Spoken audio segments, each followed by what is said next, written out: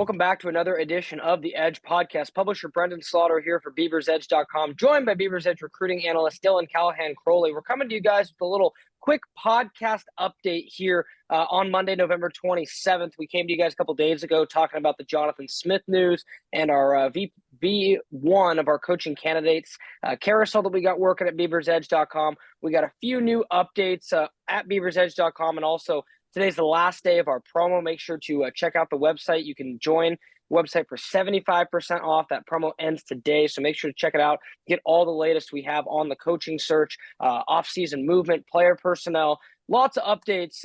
Dylan, Beavers Edge is a busy place to be and the place to be right now. It absolutely is the place to be right now. I mean, we have so much going on with the head coaching search. I mean, we have been on top of this since Jonathan Smith left Corvallis for East Lansing. We had our pod board out within 2 hours of him leaving. We were the first to report, at least on Twitter, that Bray and the Beavers were working pretty hard on whatever it may be. We know that he at least has been interviewed. We know that Paul Christ is being interviewed as well.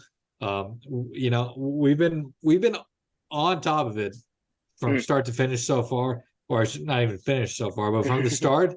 And we're going to be on top of it all the way to the finish. And even after they hire whoever the next head coach is, we're not done. We still have all the assistant coach hirings. We have the transfer portal is going to be a big part. I mean, you look at transfer portal right now, over 300 FCS kids already in it, nearly 200 or over 200 FBS kids by now.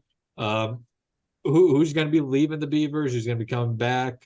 I mean, we're going to have the inside scoop and all of that and much more. Of course, all the recruiting stuff as well. We're going to have all that inside scoops. I mean, there's been truly no better time to go and subscribe to Beavers Edge than right now for that 75% off.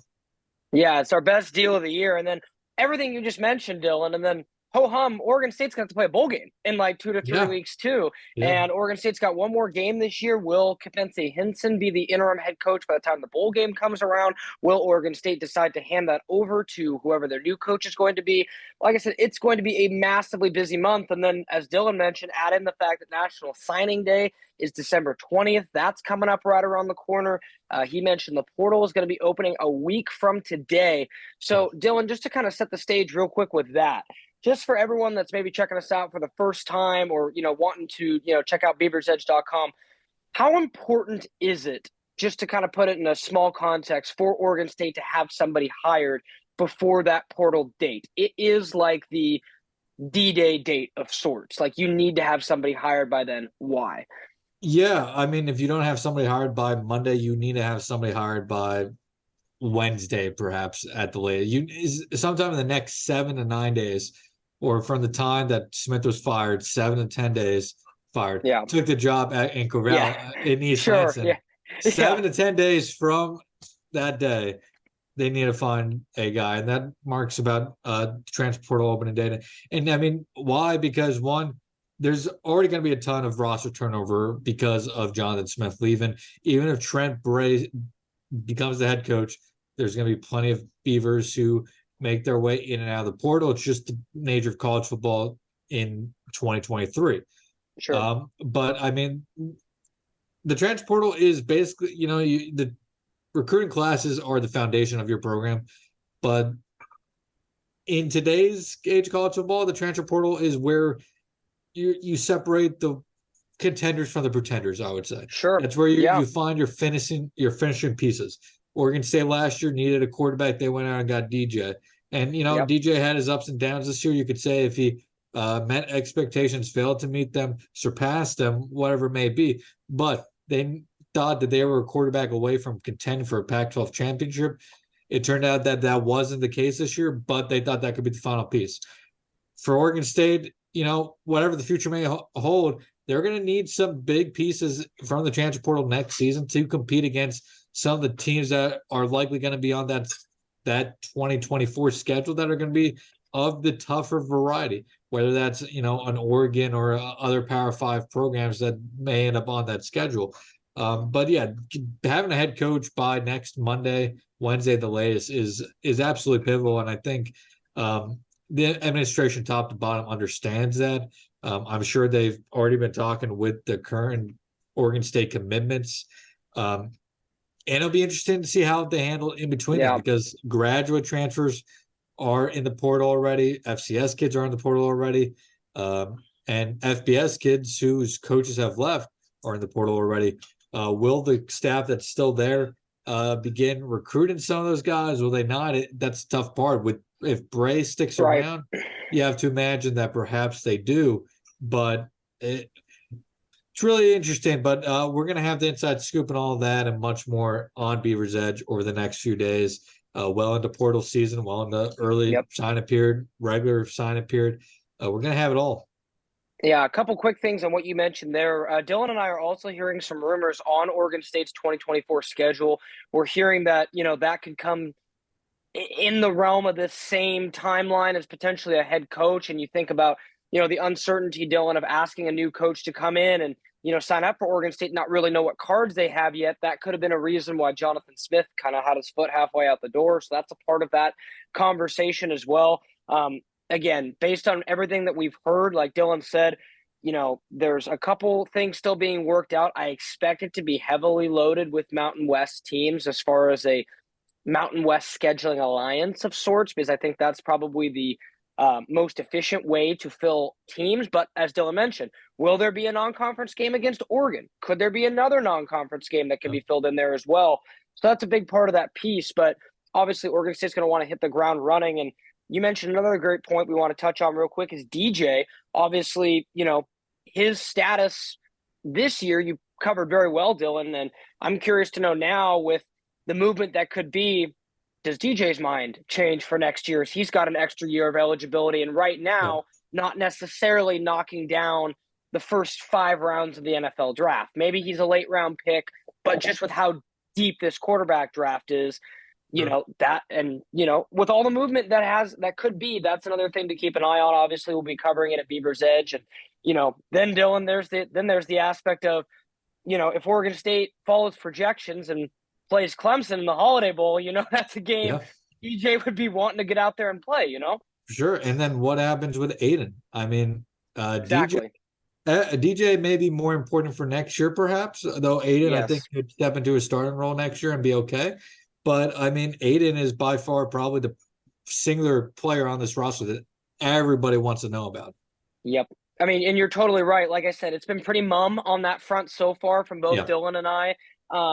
Our thoughts at this point, you can kind of check out our in-depth thoughts at BeaversEdge.com. We think he's probably leaning towards Jonathan Smith at this point, but you never know, right? There's a lot of different angles to this. Yeah, Michigan State has one roster on their quarterback now after their other 2 scholarship quarterbacks left today in the transfer portal. Is that a sign that they said, that Jonathan came in and said, hey, we're planning on bringing Aiden with us? Or was it, well, we know Sam Levitt, thanks to our friends at Smart Illustrated, left Michigan State because, quite frankly, he doesn't like the Oregon State coaching staff. He felt disrespected that they didn't offer him coming out of West Lynn a cycle or 2 ago. And there's some pretty hard feelings there, and that's why he's leaving Michigan State. When you sent me that link, Dylan, with those quotes, I was like, wow, okay, like it was you weren't pulling any punches, so to speak. Yeah, and that was a guy who prior to Jonathan Smith being hired was like his dad's told Spartans Illustrated that he would fight and claw if he was somebody was trying to take him out of East Lansing, and Smith got hired, and now he's out the door just 48 hours later. But yeah, I mean, Aiden, we'll see what happens to Aiden, but we're gonna be trying to get that information every day possible, and we'll try to have it sooner than anybody else, and I think we will. But that's just another reason that this is a great time in these last few hours to go over to Beaver's Edge and subscribe for 75% off. And even after that, I mean, we still usually we should have our 30-day free trial. So I mean, you would miss the great opportunity that exists, but you'd still have plenty of opportunities to subscribe, check us out, and if you like us, stay subscribed to us. Absolutely. And again, Dylan covered it well. Like I said, we just wanted to inform you guys of the latest things that we know and get you headed over to BeaversEdge.com so you can discuss with other Beaver fans. Dylan, the damn board has been on fire this week. Lots of emotions, lots of talk. And if you're a Beaver fan, looking for a safe space to talk things through, Dylan, the damn board, like I said, it's been popping off this week. Lots of Beaver fans with a bunch of opinions. And again, a coaching search and coaching change certainly has the ability to kind of upend a fan base and kind of get people fired up, so to speak. And that's definitely been what we've seen, and lots of great opinions on potential candidates and so on and so forth. So again, you're missing out on definitely a great online Oregon State community of Beaver fans. And hey, these days I'd tell Beaver fans to stick together because it's been a few tough punches as of late, but nevertheless, Dylan and I are still providing some awesome content for you guys at BeaversEdge.com. Again, just to kind of rehash real quick what we mentioned at the top of the podcast before we close, Dylan and I have reported and mentioned that things are heating up with Trent Bray, and then one of the names from our V1 that has kind of risen up a little bit has been former Wisconsin head coach Paul Chryst. He had also served at Oregon State as an offensive coordinator 2 separate times, each 2 years, back in the late 90s and early 2000s. So it's going to be interesting to see how the names ultimately kind of shake out. Again, for most of our detailed comments, head over to the website. But an intriguing first couple names, Dylan, and like we reported yesterday, it really seems like Scott Barnes is wasting no time. They're hitting the ground running, and that's what you have to like if you're a Beaver fan. Absolutely, and it's worth noting with Paul, he's also a candidate for the Indiana opening. And I have heard seen his name pop up for that Duke opening as well. So yes, we'll see. Is he somebody? If for some reason, I right now think it's going to be Trent Bray. I think so too. Based off our intel and just based off that feels like the smart hire right now. Is it a little risky? Sure, but it feels like the smart hire, and I think that's what our intel suggesting as well. But if they would offer the job to Paul, is Paul wanting to interview for those other 2 jobs still, or is he going to be willing to take the job right away?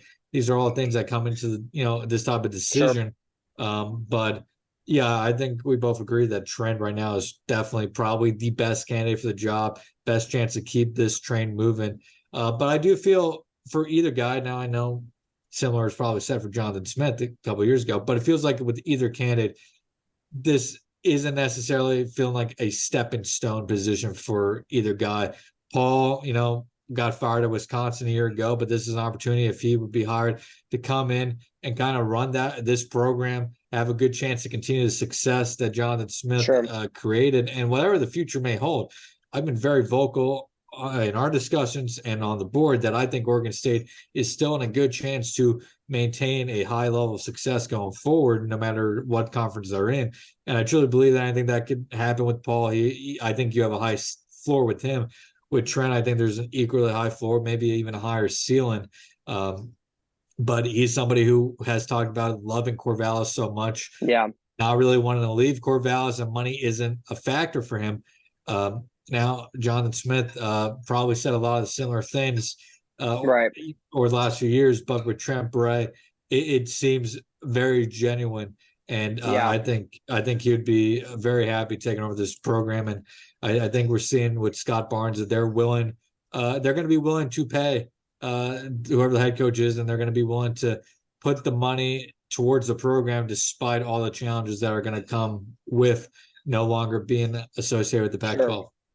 Sure. And last point on that before we close the Edge podcast, big thanks to Dylan Callaghan-Croley for joining us and doing a quick little update. Do you think it's good news for Trent Bray's chances, Dylan, that we really haven't heard any traction with him going to Michigan State? Like, there's been very, very little, if anything, indicating that. Yeah, absolutely. Now, I do wonder, we both texted about it, why would he not have been named the interim over Hinson? Sure. But maybe that comes down to just kind of a seniority type thing. Could be. Who knows? But either way, I think it's definitely notable that, we haven't heard Trent's name pop up with Michigan State. Now, if he doesn't get the head coaching job, could he go to Michigan State? Absolutely. Sure. That absolutely can be the case. Could he stay in Corvallis with whoever's the head coach? Sure. He's going to have his fair share of options. He will. Now, I think it would be a little hard to see him sticking around if he doesn't get the head coaching job. Just kind of feels like Yeah, it'd be interesting. I mean, again, I've learned now, Dylan. Yeah, you Uh, don't can't ex, assume anything. ex, yeah, and don't assume anything. Expect the unexpected in coaching. Like I told you yesterday when we were talking about something else behind the scenes, and we're like, "Well, what about this?" And I'm like, "Well, I have had a coach lie to me very recently, so you never nobody can always be Yeah. transparent always at once. Guys are keeping their cards close to the vest, so that's why Dylan and I, as we mentioned, are staying on our sources to make sure we get you guys the best intel at Yeah. BeaversEdge.com. And we feel like it's the place to be for this coaching search. And again, Dylan and I will be back doing another edition of the podcast. We'll probably bring on TJ as well, maybe Ryan, when we get a little bit more information and maybe have a little bit more to kind of dive into and go off of. But for now, again, the latest is at BeaversEdge.com. We feel that the coaching candidates are kind of narrowing a little bit. The Beavers have their preferred choices, so to speak. So for Dylan and I's complete thoughts on that, make sure to check out BeaversEdge.com. For last reminder, we got a 75% off promo right now. Runs through the rest of today's Cyber Monday. 75% off BeaversEdge.com. And as Dylan mentioned, if you missed that, no worries. We'll have a 30-day promo available as well. So again, big thanks to Dylan Callaghan-Croley for joining me on this edition of the Edge podcast. Stay tuned to BeaversEdge.com as we'll continue to have the latest on Oregon State's head coaching search.